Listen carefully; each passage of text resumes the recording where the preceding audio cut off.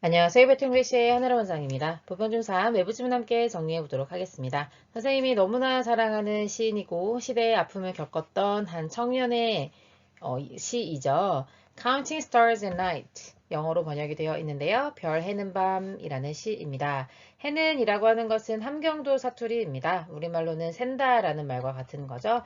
그래서 별을 세는 밤, 그래서 밤에 별을 세기라고 하는 의미로 이해할 수 있겠고요. 네, 윤동주 시인의 에 의해 쓰여진 글입니다. 1941년에 쓰여진 시지만 출판은 46년에 되어 있습니다. 그래서 출판해를 publication이라고 표현해주고 있는 겁니다. 그리고 시를 모았던 시집 하늘과 바람과 별과 시라고 하는 시집에 수록되어 있습니다.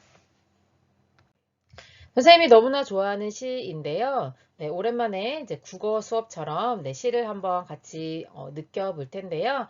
영어로 어떻게 번역을 예쁘게 잘했을까를 고민하는 과정도 중요하고요. 그리고 또 이 시가 또 외부 지문으로 다뤄진 만큼 이 전체 시에서 의미하는 바가 무엇이고 구조가 무엇인지 각각이 나와 있는 어떤 사물들이 무엇을 상징하고 있는지 기억하는 것이 중요하겠습니다. 그래서 현재의 나를 기준으로요. 이 시는 과거와 현재와 미래로 시점이 옮겨져 갑니다. 그래서 과거는 별이 총총한 가을밤, 가을이라고 하는 것이 쓸쓸함의 정서이잖아요. 그런 쓸쓸한 밤을 배경으로 마음속에 떠오르는 생각을 더듬는 한 젊은이의 모습이 나옵니다.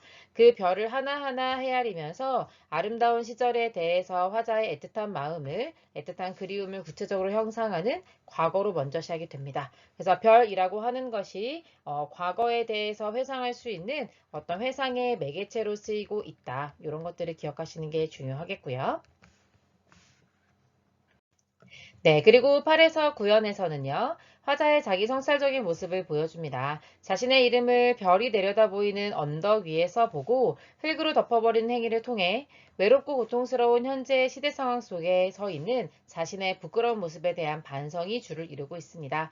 그래서 현재의 내가 너무나 부끄럽다. 알고 계시겠지만 이제 윤동주 시인은 이제 독립운동을 적극적으로 한 사람은 아니고 그 시대의 상황에 이제 고민을 했던, 그래서 나는 독립운동을 하지 못하고 펜을 드는 정도의 소극적인 행위를 할 수밖에 없구나에 대한 자신의 모습을 굉장히 부끄러워하는 사람이었거든요. 그래서 그것이 8에서 9연까지 이루어져 있고, 그 다음에 10연에서는 지금까지 시대적 아픔과 갈등의 어두운 세계 속에서 고뇌를 거듭했다면 이제는 새로운 미래에 대한 희망과 의지를 다짐하는 모습이 나와 있습니다. 그래서 과거에서 현재 그리고 미래로 이어지고 있고 희망을 노래합니다. 그래서 여기서 풀이라고 하는 것이 말하는 것은 어떤 부활과 재생, 그러니까 조국 광복에 대한 어떤 신념, 그 다음에 염원 이런 것들을 담고 있다고 볼 수 있겠습니다.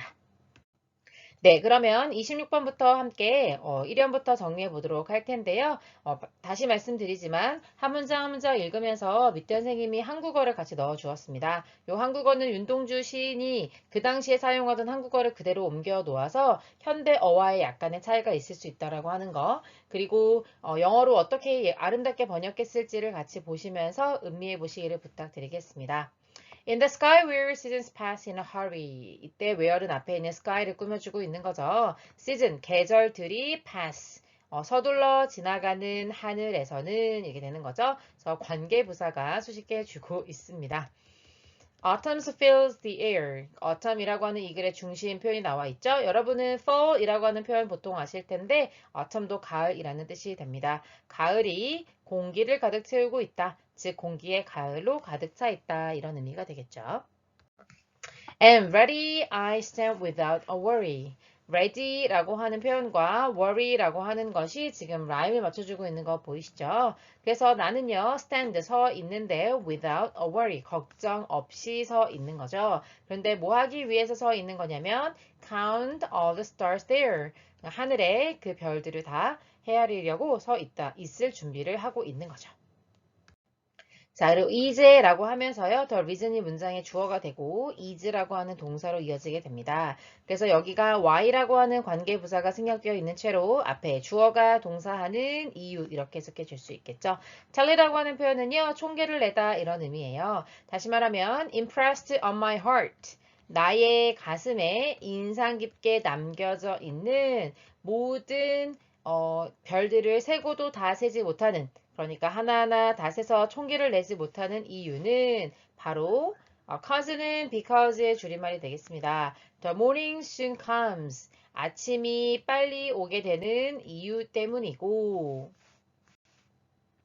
그리고 원문은 내일 밤이 남은 까닭이요. 나의 청춘이 다하지 않은 까닭입니다. 라고 되어 있는데요. 이제 영어는 번역을 이제 나의 청춘을 먼저 번역했죠. 그래서 나의 청춘이 is not quite done. 아직 끝나지 않았고 다하지 않았고 그리고 또 다른 밤이 그러니까 내일 밤을 말하는 거죠. 그것이 여전히 놓여져 있기 때문이다. 여기서 in store이라고 하는 거는 뭐 가게란 의미보다는 이게 이렇게 저장되어 있다 이런 의미로 이해하시면 되겠습니다. Memory for one star. 별 하나의 추억과 이때 메모리가 추억이라는 의미고요. Love for another star. 또 다른 별의 love, 사랑이 있고 Longingness for another star. 또 다른 별의 쓸쓸함이 있고 그리고 long for 이라는 표현이 나오는데요. long이라고 하는 것이 형용사일 때는 긴이라는 의미인데 아주 오랫동안 그리워하다 라는 동사 뜻이 있거든요. 그래서 longing for another star. 또 다른 별의 동경을 담았다. 그리움을 담았다. 이런 의미가 되겠고요. Poetry for another star. 또 다른 별의 시를 담고 그리고 또 다른 별의 mother 두 번 언급함으로써 본인이 가장 그리워하는 대상을 구체적으로 두 번 언급하고 있습니다. 그러면서 어머님 하면서 I whisper a beautiful word to a star. 아름다운 말을 별에게 속삭여 봅니다. 라고 말하고 있죠. 그래서 구체적으로 자신이 그리워하는 대상이 언급되고 있습니다. Names of the friends who 나오네요. 주격관계 대명사로서 어떤 친구들인지 설명해 주고 있는 거라고 볼 수 있겠고요. Sat next to me. 내 옆에 앉아 있었고 초등학교 때 그 앉아 있었던 친구들의 이름. 초등학교는 옛날에 소학교라고 불렀죠. 그래서 예전에는 같이 했든 이렇게 썼을 텐데 이제 현대어로는 had던이 되겠죠. 그 다음에 이제 이름이라고 하는 걸 예전에는 일홈이라고 했습니다.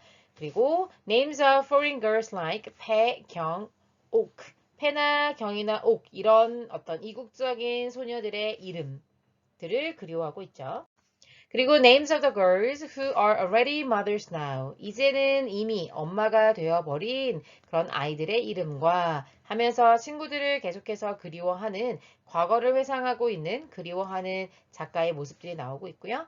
Names of my poor neighbors. 가난한 사람들의 이웃들의 이름과 그리고 dove, puppy, bunny, mule, and deer. 그래서 뭐 비둘기, 강아지, 토끼, 노새, 노루들의 이름, 동물들도 한번 읊어보고 있고요.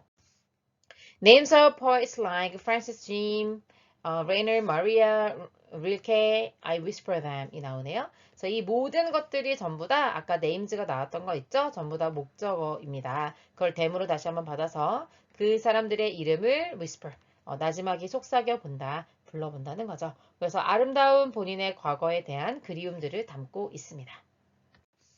They are too far away. 이 사람들은 너무나 멀리 있습니다. 다시 말하면 이제 가까이 다가갈 수 없다. 그래서 본인이 지금 바라고 있는 아름다운 과거, 그것이 그가 얘기하는 이상이라면 지금 현실과의 괴리감 때문에 괴로워하고 있는 네, 지금 괴리 때문에 괴로워하고 있다라고 하는 것이 보이는 대목이라고 할 수 있겠습니다. 괴리감을 쓰고 싶었던 거고요, 저는. 그 다음에 as far as the stars. 그러니까 별만큼이나 너무나 멀리 있다. 그래서 다가갈 수 없는 아주 까마득하게 멀다라는 얘기죠. 이거는 아스라이라고 하는 현대어고요. 이제 우리말로 우리말이 아니고요. 이제 다시 말하면 까마득하게 라는 뜻으로 별이 까마득하게 멀리 있듯이 이들도 너무나 멀다. 그래서 자신이 바라는 이상과 현실이 괴리감이 있음을 설명하고 있습니다.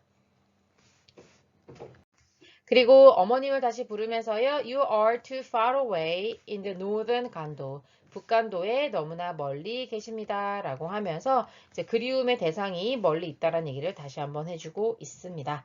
북간도라고 하는 것은 그 윤동주 시인이 유년 시절을 보낸 곳이기도 하면서 그리고 어머님이 계신 곳이기도 하잖아요. 그래서 이제 본인이 이제 회상을 하는 어떤 회상의 구체적인 공간이라고 하는 것을 우리가 알 수 있습니다.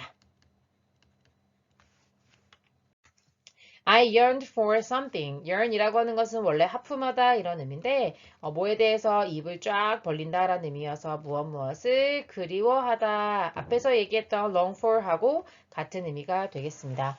나는요 무언가를 그리워합니다. 여기서 이제 무언가를 그리워한다고 했는데 여기서는 이제 구체적으로는 어머님을 그리워할 수 있는 거고요. 북간도라고 하는 고향을 그리워할 수도 있는 거고요. 그 다음에 앞에서 얘기했던 나의 친구들을 그리워하는 것일 수도 있고, 그 다음에 또 하나는, 네, 이제, 아까 선생님이 앞서 설명드렸다시피, 이제, 현재의 나라를 잃어버린 시대 상황에 대한 괴로움을 담고 있는 시잖아요. 그래서 잃어버린 어떤 조국에 대한 something일 수도 있다라고 생각하실 수 있겠죠. 저는요, 이름을 씁니다. 이름을 썼습니다. 어디에다가요? On the hill. 근데 그 언덕인데 어떤 언덕이냐면 하면서 full이라는 형용사가 꾸며주고 있죠. 또는 이렇게 설명할 수 있을 것 같아요. which was 라고 하는 주격관계 대명사 플러스 비동사는 언제나 생략 가능하기 때문에요. 그래서 별빛으로 가득한 그런 언덕에 내 이름을 썼습니다. 그런데 나는 그 나의 이름을 하고서 my name을 is로 받아준 거고요. with dirt, 흙으로 덮어버렸다. 그래서 언덕 위에 내 이름자를 써보고 흙으로 덮어버렸다라고 하는 말을 하고 있는 거죠. 그래서 여기서 지금 별빛이라고 하는 것은 어떤 아름다움과 순수함, 그런 것들을 말하는 거고요. 아름다움, 순수함 이런 것들을 의미하는 거라면 그러면 여기에 자신의 이름을 썼다. 다시 말하면 자아 성찰을 했다는 것을 의미하는 거고 그것을 흙으로 덮어버렸다라고 하는 것은 이제 자신의 삶에 대해서 좀 반성하는 의미. 그러니까 굉장히 이런 것들을 부끄러워하는 모습들을 보여주고 있는 거죠. A buzz buzzes overnight. 벌레가요.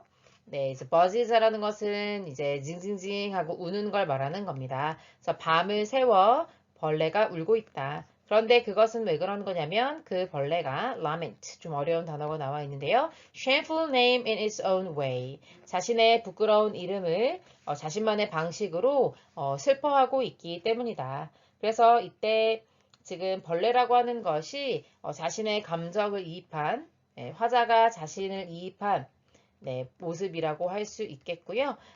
그 벌레라고 하는 것이 자신의 이름을 부끄러워한다라고 하는 것은 자기가 벌레처럼 벌레가 조국의 해방을 위해서 아무것도 하지 못하듯이 본인도 역시 벌레처럼 아무것도 할 수 없는 무기력한 상태 그런 자신에 대한 반성을 보여주는 대목이라고 할 수 있습니다. 자아에 대한 반성이라고 볼 수 있겠고요.